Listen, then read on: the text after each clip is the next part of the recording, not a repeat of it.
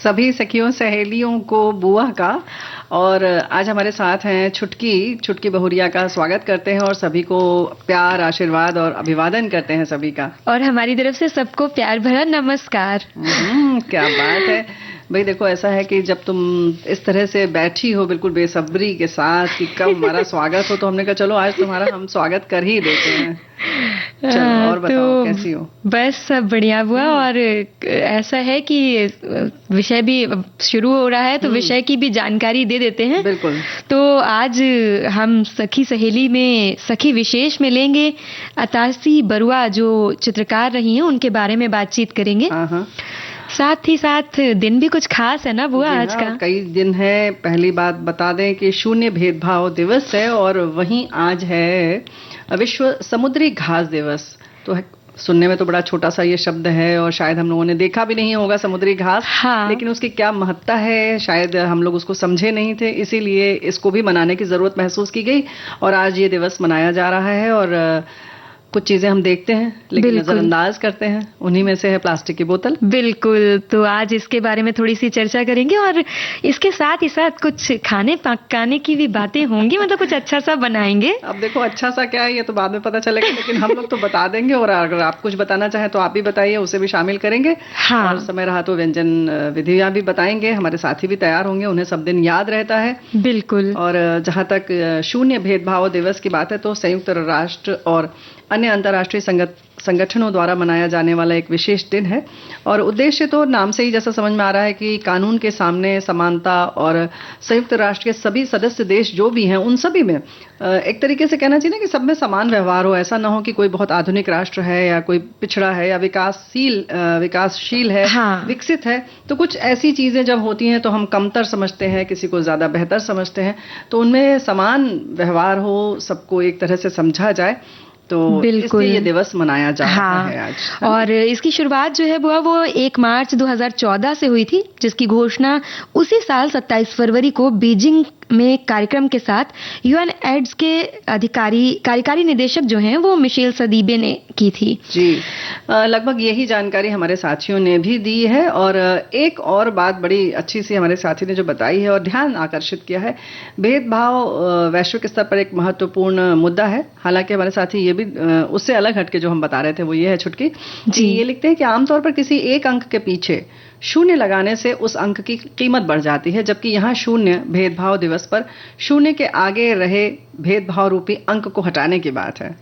इस दिवस की कीमत बढ़ानी है। तो दिवस की कीमत बढ़ाने के लिए ये बता रहे हैं और वाकई बड़ी अच्छी सी बात है। लोगों में प्रेम हो, एक दूसरे के प्रति भेदभाव न हो, ये दुनिया ये समाज दोनों की सुंदरता और भी बढ़ जाएगी। समाज में हर व्यक्ति के मन में यही विचार उपजे, इसी उद्देश्य को लेकर मार्च की 1 तारीख को शून्य भेदभाव दिवस मनाया जाता है। इस दिवस का महत्व यही कहता है कि समाज के किसी भी वर्ग के प्रति आयु, लिंग, रंग, जाति, अमीर गरीब या किसी भी प्रकार के गुणों को लेकर भेदभाव न किया जाए। बिल्कुल। और इन्हीं सब चीजों को देखते हुए मतलब एक तरीके से इसका उद्देश्य ये भी था कि महिलाओं के अधिकारों की रक्षा हो सके, उनके सशक्तिकरण और लैंगिक समानता को बढ़ावा देना भी रहा है इस दिन का उद्देश्य। सही बात है, क्योंकि खास तौर से ये जो था भेदभाव जिसकी चर्चा तुमने अभी की वो बहुत ज्यादा देखा गया। और हमारे साथी भी यही लिख रहे हैं कि महिलाओं और लड़कियों द्वारा भेदभाव असमानता को चुनौती देने के लिए मनाया गया। इसका उद्देश्य अधिकारों की रक्षा करना है, महिलाओं के सशक्तिकरण की बात है। और ये भी लिख रहे हैं कि लगभग यही सारी सब जानकारी हमारे साथियों ने भी दी है। और ये भी कह रहे हैं कि सभी प्रकार के भेदभाव को समाप्त करने के लिए एकजुटता का एक वैश्विक आंदोलन बनाने में मदद कर रहा है। लेकिन एक बात तो है, ये बताओ छुटकी बहुरिया कि ये तो हो गई सारी बड़ी किताबी चीजें। हाँ। बड़े अच्छे से लिखी हुई हैं, अच्छा भी लगता है सुनकर। लेकिन व्यवहारिक तौर पर अगर देखा जाए तो व्यवहार में हम क्या कर रहे हैं इस पर ध्यान देना बहुत जरूरी है। क्योंकि कहीं ना बातों बातों में कभी स्तर को लेकर के, कभी रंग रूप को लेकर के, मतलब बहुत सी ऐसे मुद्दे होते हैं जो आम तौर पर आम बोलचाल में लोग कह देते हैं या रोजमर्रा की चीजों में लोग टोका टाकी करते हैं या कभी कभी द्वेषवश या मतलब द्वेष नहीं भी हो तो जैसे कि हमने एक पैमाना तय कर लिया, पैमाना तय कर दिया है कि ये इतना जो शरीर जो है वो इतना होगा तो ठीक होगा, तो उससे थोड़ा हुआ तो कह दिया बहुत मोटी हो या मोटे हो, और उससे कम हुआ तो कहा कि क्या है बिल्कुल लॉलीपॉप की तरह हो, माचिस की तीली जैसी लगते हो या लगती हो। बिल्कुल तो बिल्कुल ये चीजें जो हैं, ये एक तो छोटा सा उदाहरण हम लोगों ने दिया, कुछ ऐसे ही रंग की बात आती है, ऐसे ही शक्ल सूरत की बात आती है, कद की बात आती है, काठी की बात आती है। ये रोजमर्रा की जिंदगी में जो है तो इसको हमें दूर करना होगा, और एक प्रकृति ने बनाया है हमें, सबकी अपनी एक रूपरेखा ईश्वरीय है। अब वो हमने लकड़ी से तो बनाया नहीं, उसको आप थोड़ा सा इधर से छेनी हथौड़ी लें, थोड़ा तराश लें, उसको काट छांट करके सुंदर बना दें। अब फिर यही सुंदर वाला तो हमें सुंदर लग रहा है, आपको नहीं लग रहा है, वही चीज तो आप अपने मन मुताबिक न समझें, जो है उसको वैसे ही स्वीकार करें और वैसे ही व्यवहार किया जाए। और व्यवहार की बात आती है तो बुआ कभी कभी ऐसा होता है, मतलब देखने को मिलता है कि लोग कहीं पर भी ये भी नहीं देखते कि कहां पर किसी को सुझाव दे रहे हैं लोगों के बीच में, अरे तुम ऐसा करो तो ऐसा हो जाएगा। क्या बात है। तो वो थोड़ा दुखद होता है उस समय, क्योंकि बाकी लोग तो उसको साधारण तरीके से मान लीजिए ले भी लेते हैं, लेकिन जिसके प्रति कहा गया है उसको थोड़ा सा झेप लगती है, थोड़ा सा सकुचाता है, महसूस होता है। और कभी कभी तो ऐसा हो जाता है कि वो बातें मन में ऐसी बैठ जाती हैं, गांठ बन जाती है कि वो पूरी जिंदगी शायद निकाल नहीं पाता। अच्छा, एक बात और है, जैसे तुमने अभी कहा कि कहीं ऐसी जगह पर, लेकिन हमारा ये कहना है कि भाई कहीं पर भी ना कहें, बिल्कुल में भी ना कहें, जो जैसा है उसे वैसे ही स्वीकार करें। और इसी बात पर हम एक जैसा भी गीत हमारे पास है उसको वैसे ही सुनवा देते हैं ना, हम इसमें कोई काट छाट नहीं करेंगे जी।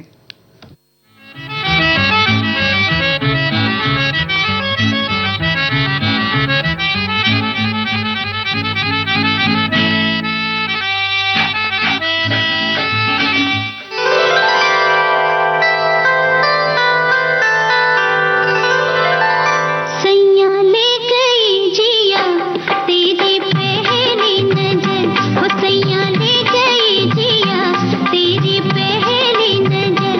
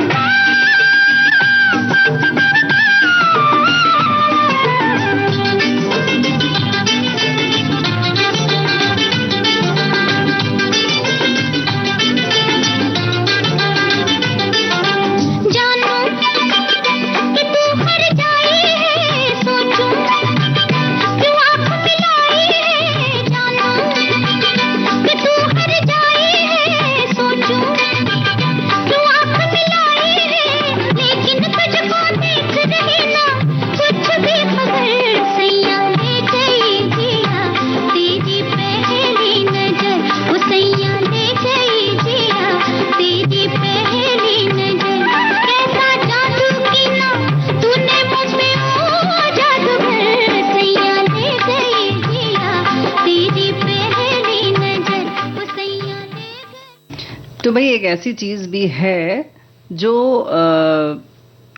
कार्बन सिंक के रूप में काम करती है और समुद्री जीवन के लिए भोजन प्रदान करती है, और वो है समुद्री घास। बिल्कुल, है ना? हाँ, और कितनी महत्वपूर्ण है। बहुत महत्वपूर्ण है। इसी की महत्वता को लोगों के बीच में मतलब उनको जागरूक करने के लिए ही इस दिन की खासियत समझाने के लिए ये दिन विशेष बनाया गया है। और समुद्री घास और समुद्री पारिस्थितिक तंत्र में इसके महत्वपूर्ण कामों के बारे में लोग समझ पाएं और सबसे ज्यादा उनको अपने आम जनजीवन में इस्तेमाल में लाएं और बातों को माने, इसलिए हर साल 1 मार्च को विश्व समुद्री घास दिवस मनाया जाना शुरू किया गया है। जी हाँ, श्रीलंका के प्रस्ताव के बाद 22 मई 2022 को संयुक्त राष्ट्र महासभा द्वारा स्थापित ये दिन समुद्री घास संरक्षण की तत्काल आवश्यकता को रेखांकित करता है। और 1 मार्च जैसा कि हम बार बार बता रहे हैं ये दिवस है। और समुद्री घास की ये बात हमारे साथी ने लिखकर भेजी है। हाँ। और समुद्री घास की उत्पत्ति लगभग 100 मिलियन वर्ष पहले हुई थी। इसके विकास ने समुद्री पर्यावरण के लिए एक महत्वपूर्ण अनुकूलन को चिन्हित किया है। इस अनुकूलन ने समुद्री घास को आवश्यक नर्सरी आवास और खाद्य स्रोत प्रदान करके मछली, कछुए, मैनिटी और यहाँ तक कि शार्क सहित समुद्री जीवन की एक विविध श्रृंखला का समर्थन करने की अनुमति दी है। बिल्कुल, और समुद्री घास जो है वो सतत विकास और जलवायु परिवर्तन, शमन और अनुकूलन में इसके महत्वपूर्ण योगदान के बावजूद समुद्री जैव विविधता का एक ये मुख्य घटक जो है वो खतरे में है। और सभी घास के मैदानों का केवल 1/4 हिस्सा ही समुद्री संरक्षित क्षेत्रों में आता है। तटीय विकास, प्रदूषण, जिसमें भूमि आधारित अफवाह, जलवायु परिवर्तन, ड्रेजिंग और अनियमित मछली पकड़ने या नौकायन की गतिविधियां शामिल हैं, इसकी वजह से जो नुकसान हो रहा है तो इसका दबाव जो है संयुक्त राष्ट्र ने समझा और इससे संबंधित पारिस्थितिक तंत्र के शरण को रोकने के लिए इस दिन का जो है वो 23 मई को मनाने की घोषणा जो है 23 मई 2022 को संयुक्त राष्ट्र महासभा ने की। और भाई देखो, ऐसा है कि समुद्री घास की अगर हम बात करते हैं, समुद्री वातावरण में उगने वाले एकमात्र फूल वाले पौधे हैं। ऐसी बहुत सारी चमत्कारिक चीजें हैं। पूरी दुनिया में इनकी 60 से अधिक प्रजातियां पाई जाती हैं। और जैसे हमने पहले ही कहा कि कार्बन सिंक के रूप में काम करती है, तो जाहिर है कि बहुत सारे लोगों के लिए भोजन प्रदान करती है, या यूं कहें कि उनके जीवन का सहारा है। बिल्कुल, और साथ ही साथ मतलब समुद्री घास की एक विशेषता ये भी है कि वो जिस भी वातावरण में रहती है उस वहां के पानी की गुणवत्ता में सुधार करने में बहुत मदद का काम करती है। और भाई वैसे इस बात पर हमारे साथी ये चौंक रहे हैं कि विश्व समुद्री घास दिवस, भाई वाह, घासों के भी दिन फिर गए हैं, अब उन पर भी वैश्विक दिवस मनाया जाने लगा। अब खुद ही कह रहे हैं कि जरूरी ही ये भी विश्व स्तर पर महत्वपूर्ण है। दरअसल जैसे हरी भरी धरती के लिए घास महत्वपूर्ण है, उसी तरह जल में भी उनके एल्गी, फंजाई जैसे भेद समुद्री जल के शोधन करने हेतु आवश्यक है, जिससे समुद्री प्रदूषण से बचाव होता है। इनमें हम लोक भाषा में काई भी कहते हैं, किंतु ये भी महत्वपूर्ण है। कुछ ऐसे ही महत्व को देखते हुए आज इनके भी वैश्विक दिवस आयोजित हो रहे हैं। बिल्कुल, और हम बात करेंगे लेकिन इस अंतराल के बाद।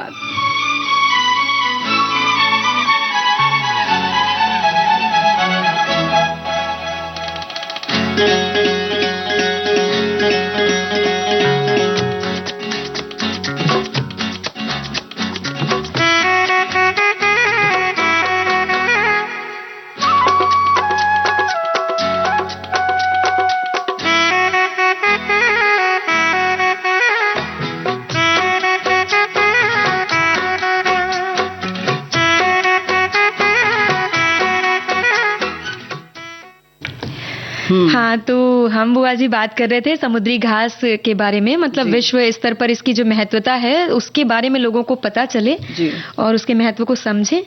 क्योंकि समुद्री घास दुनिया भर के समुद्री कार्बन का 18% तक भंडारित करती है और इस वजह से ये जलवायु परिवर्तनों के प्रभाव से लड़ने में सक्षम हो पाती है। और जैसे कि हम बार बार कह रहे हैं कि समुद्री जीवों के भरण पोषण के अलावा मतलब वो तो करती ही है, उसके संग संग व्यावसायिक तौर पर मछलियों के नर्सरी आवास के रूप में भी काम आती है। यानी कि अगर हम जब उनका आवास तैयार करते हैं नर्सरी के तौर पर, तो भी वहां पर उनकी जरूरत पड़ती है।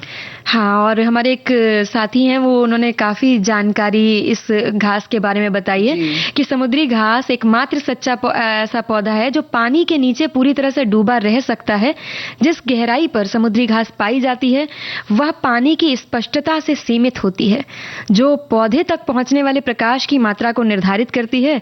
पौधों को प्रकाश संश्लेषण के माध्यम से भोजन बनाने के लिए प्रकाश की जो जरूरत होती है, और जैसे अभी हम बात कर ही रहे थे कि 60 प्रजातियां लगभग पाई जाती हैं, जी। तो उन्होंने बताया है कि उनमें से 7 फ्लोरिडा के पानी में उगती हैं, फ्लोरिडा कीज में। कछुआ घास, मॉनेटी घास और शोल घास समुद्री घास के सबसे आम प्रकार हैं, और मोनरो काउंटी में लगभग 1.5 मिलियन एकड़ समुद्री घास है। फ्लोरिडा में समुद्री घास की 7 प्रजातियां हैं, जिनमें कि मॉनेटी घास और शोल घास काफी प्रमुख हैं।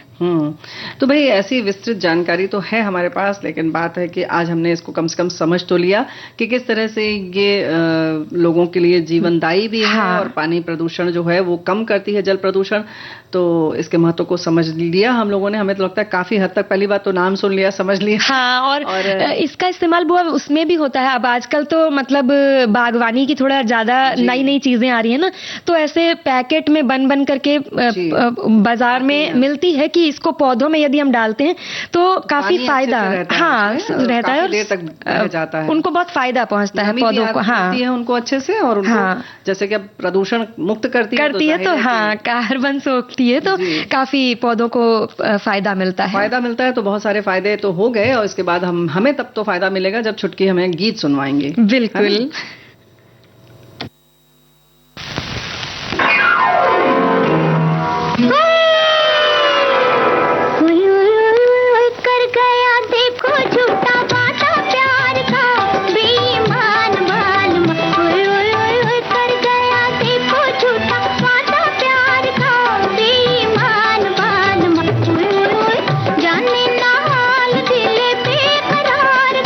बेईमान बाल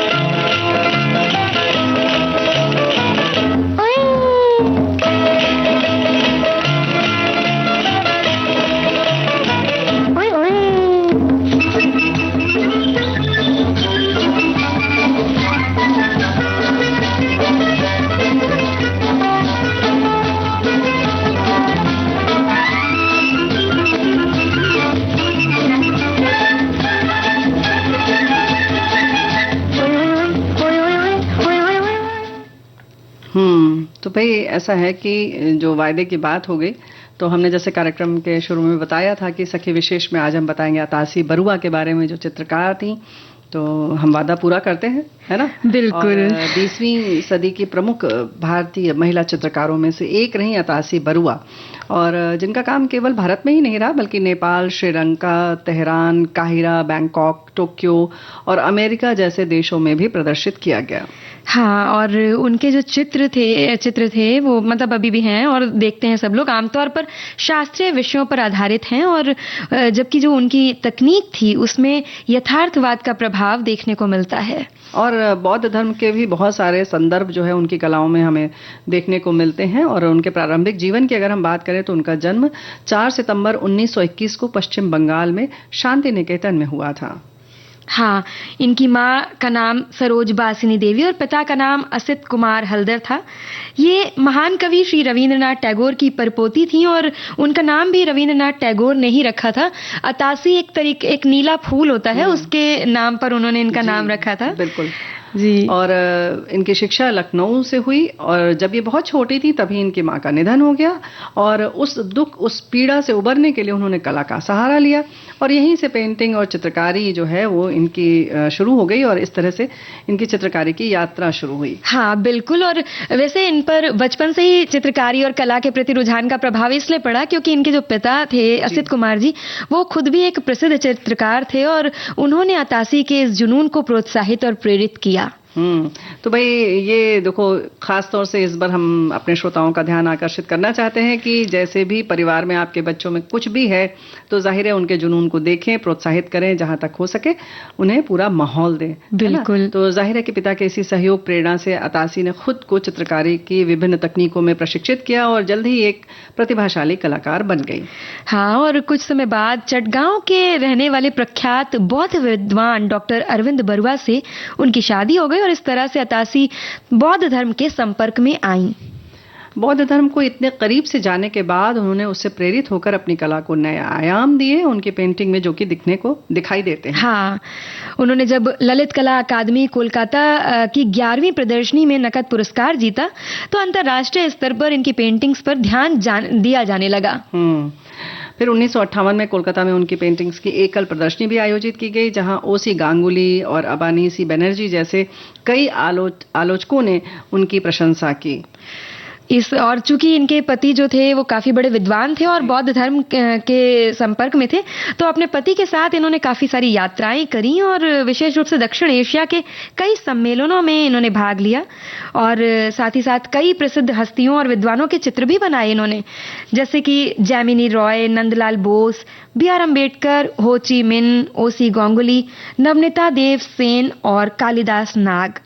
उनकी चित्रकारी की विशेषता थी कि उनकी अधिकांश कलाकृतियां रेखा चित्र हुआ करती थीं। महाबोधि सोसाइटी के अनुरोध पर उन्होंने भगवान बुद्ध के जीवन से प्रेरणा लेते हुए 12 चित्रों में उनके जीवन का चित्रण किया, और जो कि 1949 में एक सचित्र पुस्तक में भी प्रकाशित किया गया, यानी कि जो चित्र उन्होंने बनाए थे उसे एक पुस्तक के किताब का रूप दे दिया गया। उन्हें दिगंबर जैन, यही सब देखते हुए मतलब उन्हें दिगंबर जैन मंदिर द्वारा 23वें तीर्थंकर पार्श्वनाथ पर भी चित्रों की एक श्रृंखला बनाने के लिए नियुक्त किया गया था। खास बात यह है कि उनकी एक पेंटिंग को जापान के हिरोशिमा में पीस मेमोरियल में रखा गया है, और जिस समय समाज में करियर के चरम पर मां बनना स्त्रियों के लिए एक व्यवधान समझा जाता था, उस समय उन्होंने साबित किया कि न तो मां बनना और न ही उम्र का बढ़ना कलाकार की इच्छा शक्ति को रोक सकता है, कमजोर कर सकता है। बिल्कुल। और इतनी प्रतिभाशाली अतासी बरुआ जो थी वो 26 जून 2016 में 94 साल की उम्र में इनका निधन हो गया।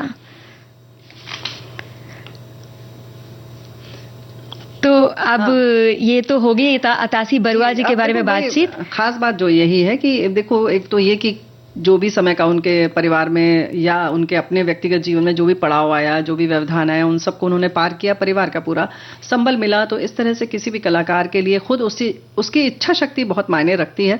तो हमारे श्रोता जो भी अपनी कला को चाहते हैं तो उसे जरूर संजोएं और परिष्कृत करें। हाँ, और साथ ही साथ परिवार में यदि बच्चे हैं, मतलब जो भी उस क्षेत्र में बढ़ना चाहता है तो उसका सहयोग करें। और इसी के साथ बुआ हम लोग एक गीत सुन लेते हैं। हाँ,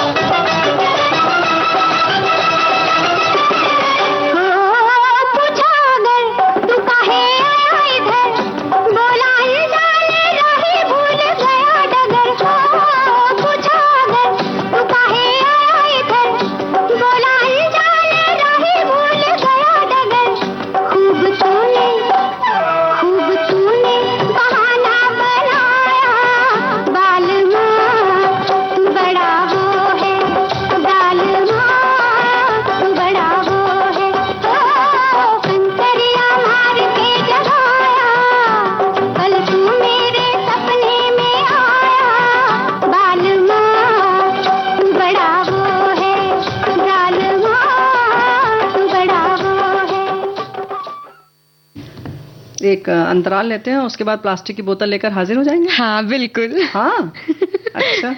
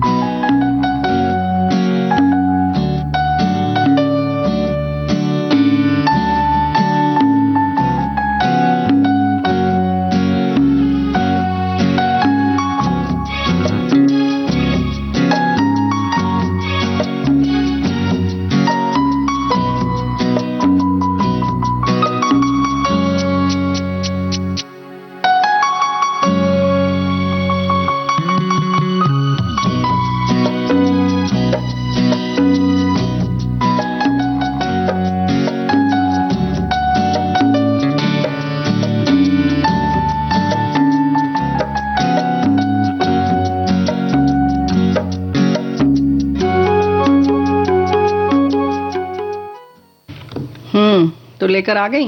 हाँ, बोतल नहीं लानी है। खुश हो गई तुम? है वही तो हम कह रहे हैं। ये तो पूरे मोहल्ले में वर्ड फेमस है कि भाई प्लास्टिक जो है वो हानिकारक होता है। हमारे साथी लिख भी रहे हैं, देखो ये तो सुझाव बहुत अच्छा दे रहे हैं कि कुछ प्लास्टिक बोतलों के बनावट में विभिन्न जहरीले संघात यानी टॉक्सिक केमिकल होते हैं जो पानी में छूट सकते हैं और सेहत को नुकसान पहुंचा सकते हैं। प्लास्टिक बोतलों का अधिक उपयोग करने से प्लास्टिक प्रदूषण बढ़ता है जो पर्यावरण को बिगाड़ सकता है। ऐसे विज्ञान से भरे टॉपिक को हफ्ते में 10 दिन में एक बार जरूर शामिल करेंगे तो लोगों को पता चलेगा कि ये राक्षस के प्रभाव कितने भयंकर हैं। तो इन्होंने आभार प्रकट किया है। बात बिल्कुल सही है कि जो हमारे साथी लिख रहे हैं कि बाजार में बिकने वाले प्लास्टिक बोतल एक बार उपयोग के लिए उसे उपयुक्त कूड़ेदान में फेंक देना चाहिए। हल्के स्तर की प्लास्टिक बोतल से लीचिंग द्वारा हानिकारक तत्व पानी में घुल सकते हैं जो स्वास्थ्य को नुकसान पहुंचाते हैं। बिल्कुल।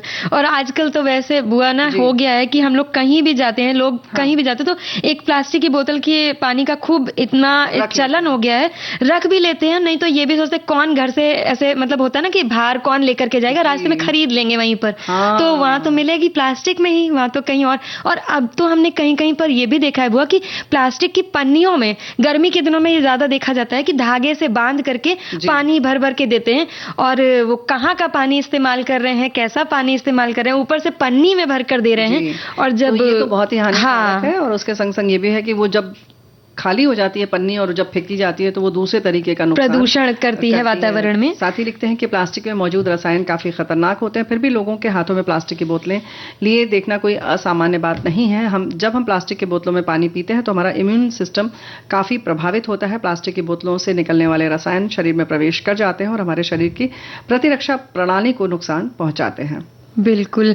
और मतलब ऐसा तो कहा जाए कि हर तरह का प्लास्टिक वो है नुकसान देता ही है, लेकिन क्योंकि खतरनाक केमिकल और बैक्टीरिया होते हैं और जब हम इन बोतलों का पानी पीते हैं तो वो भी हमारे साथ पानी के साथ साथ हमारे शरीर में चला जाता है। लेकिन विशेष रूप से जो बीपीए फ्री प्लास्टिक होती है वो तो कुछ हद तक फिर भी इस्तेमाल में लाने के योग्य मानी गई है। लेकिन अगर स्वास्थ्य विशेषज्ञों की माने तो उनका कहना है कि प्लास्टिक कार्बन और हाइड्रोजन, ऑक्सीजन और क्लोराइड से बना होता है और इनमें भी बीपीए वाला जो प्लास्टिक का बॉटल होता है यानी कि जिसमें बीपीए फ्री नहीं लिखा होता है वो बहुत ज्यादा खतरनाक होता है। और इनका जो पानी है इसमें रखा हुआ पानी लंबे समय तक अधिक तापमान पर अगर रखा है तो उसमें इन केमिकल्स का, इन रसायनों का प्रभाव जो है वो अधिक बढ़ जाता है और ये अधिक खतरनाक हो जाता है। वैसे हमारे साथी ये भी लिख रहे हैं कि प्लास्टिक सदैव हम सब लोगों के लिए और पर्यावरण के लिए बहुत नुकसानदायक रहा है। इस भौतिकवाद में हम सभी अपनी सुविधा के लिए प्लास्टिक यूज करने लग गए हैं। कपड़े का उठाकर फेंक दिया गया है।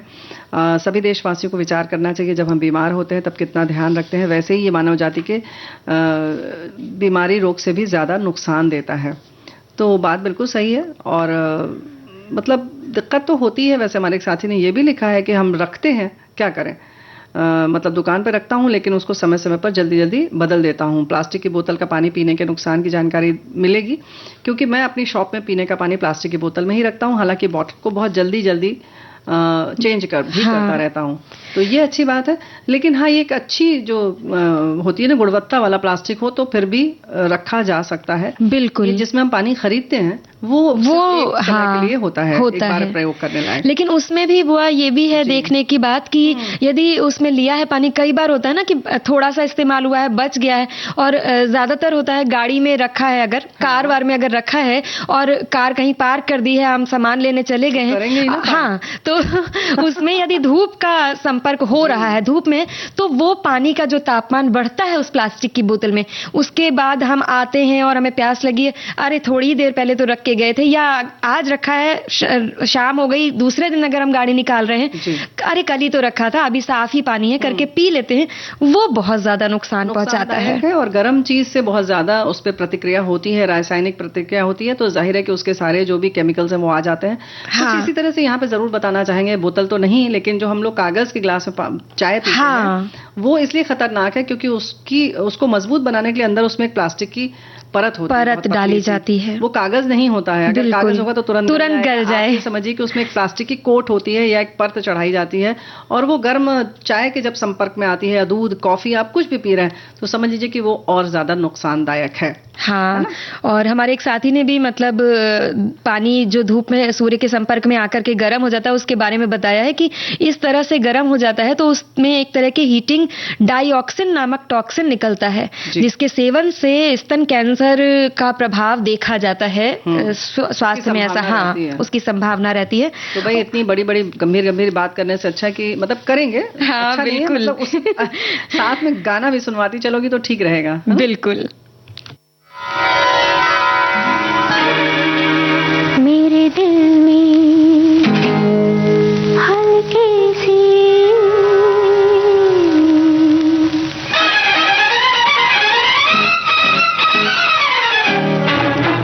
मेरे दिल में हल्की सी वो खलिश है जो नहीं थी, कहीं प्यार हो न जाए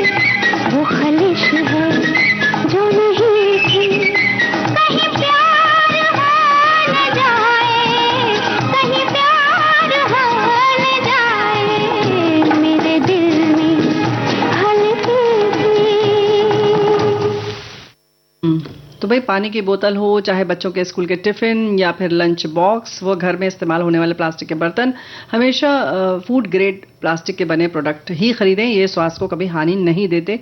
ये हमारे साथी लिखकर भेज रहे हैं। बहुरिया एक बात तो है, देखो जरा सा ना कि थोड़ा सा हम पुराना जमाना क्यों नहीं याद कर लेते? पहले के जमाने में कैसे रहते थे हम लोग बिना प्लास्टिक के? हाँ रहते थे, और कोशिश कर अभी भी तो नहीं देखा, तुम बड़े मजे से कर रही हो। हाँ रहते थे। मतलब जब छोटे पर देखते थे कि हम लोग ज्यादातर इस्तेमाल करते हैं तो कांच के बर्तन, या फिर उससे पहले तो पीतल या तांबे के बर्तनों में पानी पीने का ज्यादा चलन था, और मटके सबके घर में होते थे। और तो जो भी उसमें जो भी रसायन होते थे वो बल्कि खत्म हो जाते थे, शुद्ध कर देते थे। और अब अगर देखा जाए तो थोड़ा सा हम अगर प्रयास करें तो मिट्टी की, और अब इस समय तो बहुत ज्यादा मतलब लोग नए नए प्रयोग रोज कर रहे हैं, तो मिट्टी की बोतलें भी चलन में आई हैं, और बांस की बोतलें भी चलन में आई हैं, तांबे की आई हैं की तो है बिल्कुल। हमारे साथी ने अभी लिखा है, संदेश मिल नहीं रहा है उनका, कि वो कहीं गए थे घूमने, तो वहां पर जब उन्होंने एंट्री ली, प्रवेश किया, तो वहां पर बोतल रखवा दी गई प्लास्टिक की, और उन्हें स्टील की बोतल दी गई। जब वो पूरा घूम के निकले तो वो स्टील की बोतल उन्होंने वापस कर दी। हाँ। तो भाई अगर हम घर से लेकर जाते तो कितना ही अच्छा होता। इनको लगा होगा जरूर ये। हाँ। और हमारे साथी ये भी लिख रहे हैं कि आजकल प्लास्टिक की बोतल पानी का चलन हो गया है। मेरे घर के पास एक बड़ी कंपनी का पानी की बोतल की डिपो है। वहां पर छोटी गाड़ी में स्टॉक भरकर आसपास होटल में, दुकानों में डिस्ट्रीब्यूट किया जाता है, जो कि घंटे धूप में पानी रहता है, और प्लास्टिक की बोतल गर्म हो जाती है, जिससे केमिकल उसमें घुल जाता है। फिर उसे दुकानों के बाहर, होटल के बाहर लगाकर फ्रिज में रखा जाता है। ठंडा गर्म होकर क्या ये नुकसान नहीं करता होगा? ये पानी इस पर विचार करना होगा।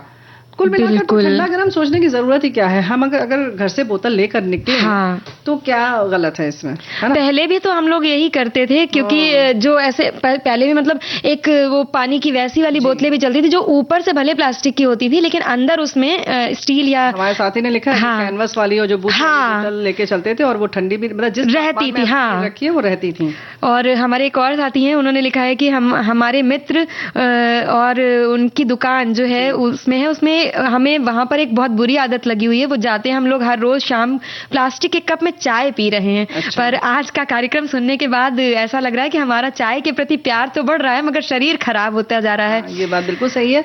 तो देखो भाई, ऐसा है ना कि व्यवहारिक होना पड़ेगा। आप वहां पर 2 अपने चीनी मिट्टी के जो कप होते हैं वो रख दीजिए, या स्टील के रख दीजिए खुद अपने, और उससे पीजिए, है कि नहीं? बिल्कुल। की भी ग्लास आती है चाय पीने वाली, छोटी छोटी, उनको आप रख सकते हैं। देखो व्यवहारिक होना चाहिए। अगर हमें कहीं सफर में, यात्रा में साथ में प्लास्टिक की बोतल लेकर भी जाना है, तो घर में आप जैसे घड़ा है, तांबे की बोतल में रखा है आपने, या किसी स्टील के बर्तन में रखा है, वो भरा रहने दीजिए। जब आप घर से निकलने लगते हैं तो एक छोटी बोतल में आप प्लास्टिक ले सकते हैं। हाँ। देखो व्यवहारिक बात जो है वो इसलिए करना बहुत जरूरी है कि हमारे एक साथी जो है, किसी एक बात में अगर हम फंस जाएं बिल्कुल, तो बहुत दिक्कत हो जाती है। फिर लगेगा कि नहीं, अभी तो कसम खा ली और हम बिल्कुल मतलब पानी पी के बिना पिए ही रह जाएंगे। आज हमारे साथी ने संदेश लिखा है अपने इस पर, और वो बहुत 2-3 साल पहले जो कार्यक्रम बदल दिए गए हैं, कुछ नए कार्यक्रम शुरू किए, लेकिन वो अभी भी उन्हीं पर बिल्कुल अड़े हुए हैं, और इतने दुखी हैं कि मतलब पूरा माहौल बिगाड़ देते हैं ऐसे लोग। जबकि ये नहीं सोच रहे हैं कि हमें पुरानी चीज़ों को ये इस तरीके से अगर हम कर रहे हैं तो नए का स्वागत करें, पुराने का शुक्रिया अदा करें। लेकिन होता क्या है ना कि जब हम किसी भी एक विचार पर बहुत जिद पर अड़ जाते हैं, तो बस समझ लो कि हम सारी जो अभी जो खुशियां हैं उनको, हाँ, वो नजरअंदाज हो जाती है, कहीं ना कहीं बिल्कुल पीछे हो जाती हैं। वो तो बिल्कुल मतलब पता नहीं कितने गम में डूबे हुए हैं, हमें तो समझ में ही नहीं आ रहा है। पूरे कार्यक्रम का मजा हमारे सब साथी ले रहे हैं। सब साथियों का बहुत बहुत शुक्रिया। और जैसे कि अरे हाँ, देखो कितनी बड़ी मजेदार बात है जो तुमने पहले गीत सुनाया था। हमारी साथी लिख रही है कि मेरी मम्मी को जब दादी लोग ने पसंद किया था, तब यही वाले गाने पर डांस भी करवाया था। अच्छा, जो अभी बालमा तू बड़ा वो है कंकड़िया मार के जगाया। क्या हम बात भी याद ही कर रहे थे जब गीत चल रहा था, तो हम भी यही याद कर रहे थे कि हमारे जमाने में भी बहुत सारी हमारी मौसी बुआ लोग इसी पे नृत्य करती थी, और इन्होंने बड़े चेहरे पर हाथ रख के शर्मिंदगी वाला किया। पसंद करने के लिए क्या क्या कराते थे पहले लोग। सही बात है। तो चलिए, इस गीत की इतनी तारीफ हुई है तो एक और ऐसा ही खनकता हुआ गीत सुनिए।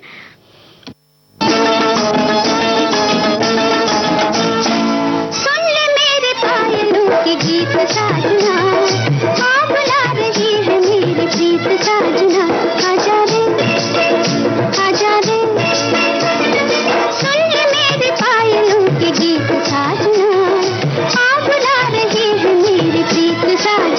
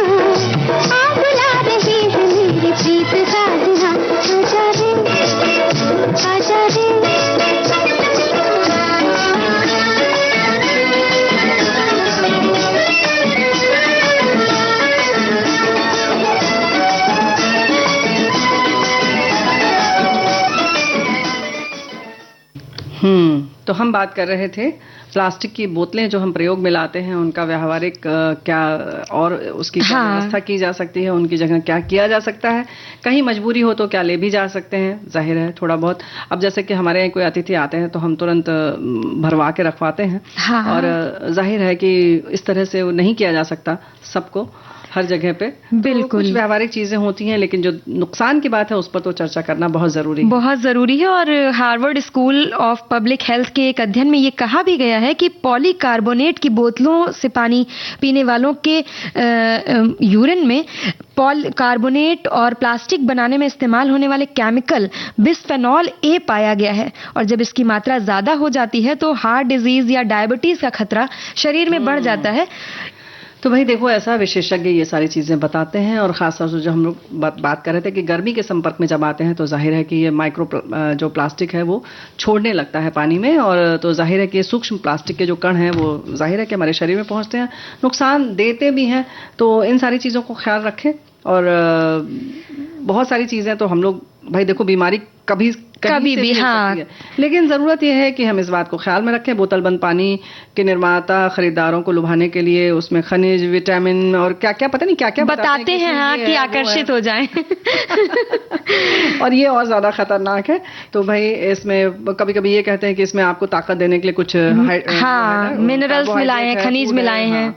तो भाई इन सब चीजों पे न रहे। प्लास्टिक है, उसमें अमृत भी होगा तो वो मतलब नुकसानदेह ही होगा कहीं ना कहीं जाकर, तो कम मात्रा में ही सही, लेकिन नुकसान तो पहुंचाएगा, नहीं रहेगा। हाँ बिल्कुल। तो कहते हैं कि आप स्टील और बाकी जो धातु है उनका प्रयोग करें, और अगर बहुत जरूरी है घर में रखने के लिए तो जो अच्छी गुणवत्ता वाली जो है उनका प्रयोग में लाएं उनको, क्योंकि वो थोड़ा लोग पिछड़ते हैं इसलिए है बुआ, हमको लगता है क्योंकि वो कहीं ना कहीं महंगी होती हैं तो लगता है कि अरे इतना, पर उसके एवज में देखिए तो अगर सस्ते का इस्तेमाल करके हमें शारीरिक रूप से नुकसान हो रहा है तो कहीं ना कहीं वो डॉक्टर पर पैसा जाएगा, उसको ध्यान में कुल मिलाकर हमारा खर्च नुकसान होगा, हमारा समय नष्ट होगा, और शारीरिक रूप से जो हमारा क्षय होगा वो भी अलग होगा। स्वास्थ्य का जो क्षय होगा वो फिर पैसा देकर भी उतना नहीं आ पाएगा। जो मौलिक है वो मौलिक रहेगा।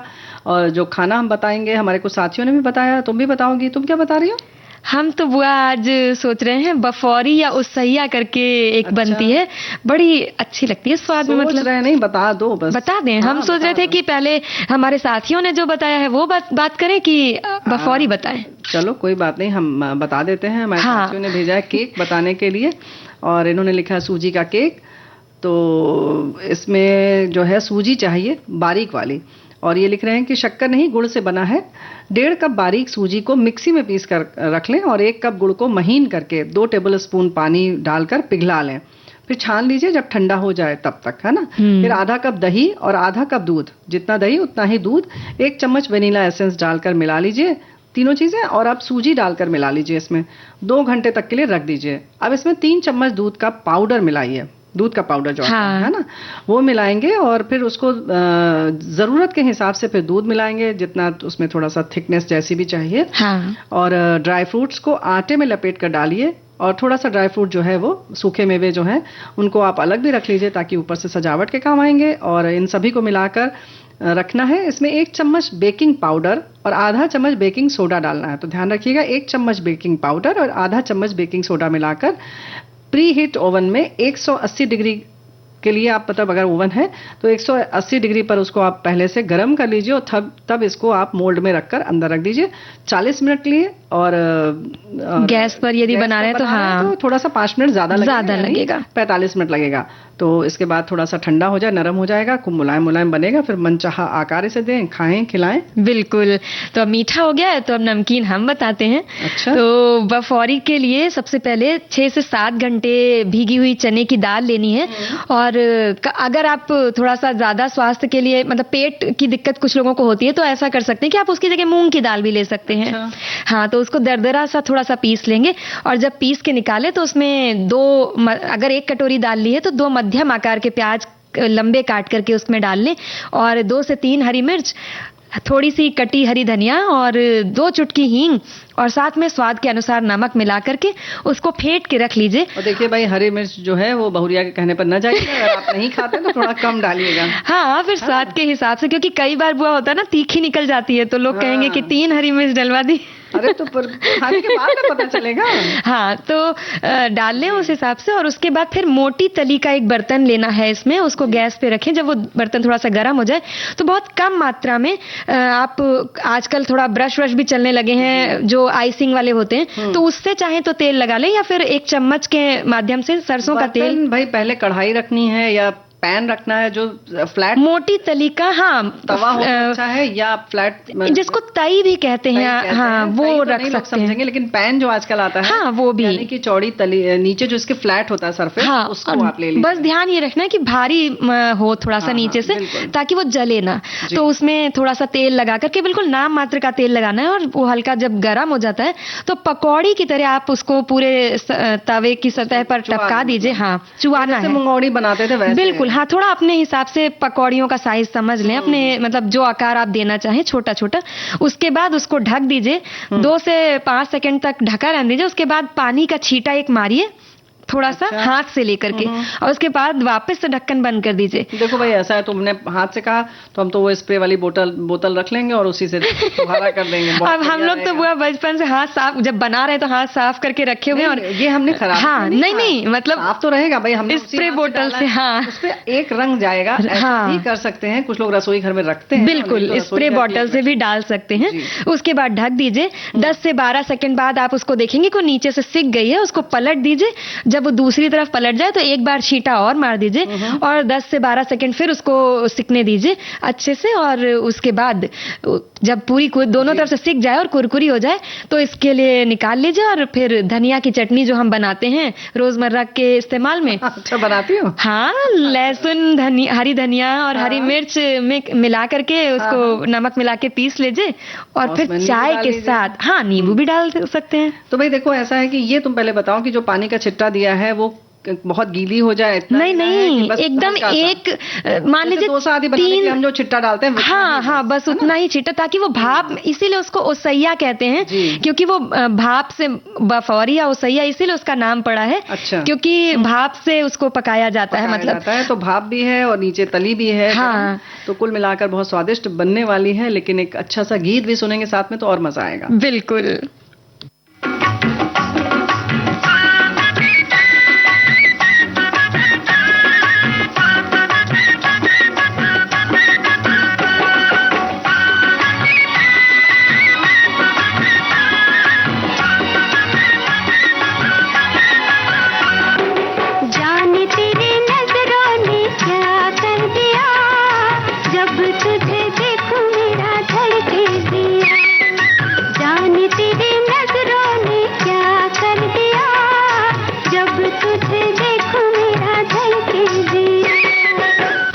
मोहब्बत से मेरा दिल भर दिया, अपना बनाने वाले तेरा शुक्रिया।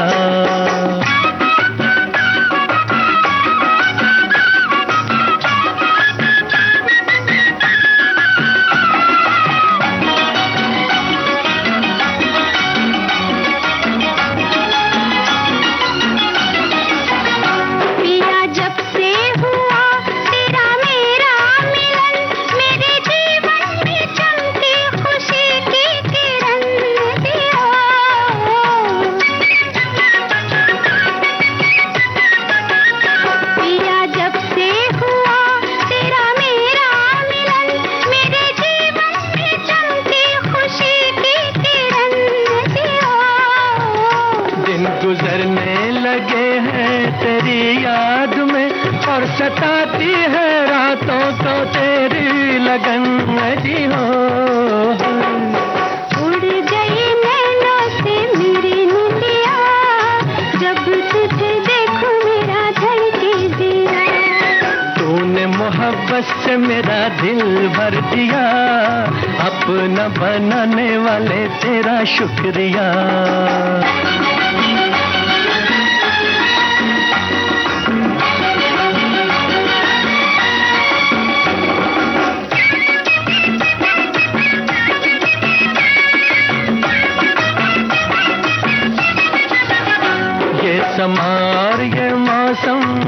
महकता हुआ, इसमें है रंग जालिम तेरे हुस्न का ए जी हो हर। ये समा और ये मौसम महकता हुआ, इसमें है रंग जालिम तेरे हुस्न का ए जी हो। मुझे तूने मोहब्बत सिखाई बलम, वरना मेरे तो जीवन में कुछ भी न था ए जिया। तेरी अदाओं ने मेरा दिल। तो भाई शुक्रिया देते हैं सभी को। हाँ बिल्कुल, आज के कार्यक्रम में हमारे साथ जुड़ने के लिए और इतनी रोचक जानकारियां हमारे साथ साझा करने के लिए। और अब कार्यक्रम को यहीं पर संपन्न करते हैं। तो छुटकी बहुरिया और बुआ का नमस्कार।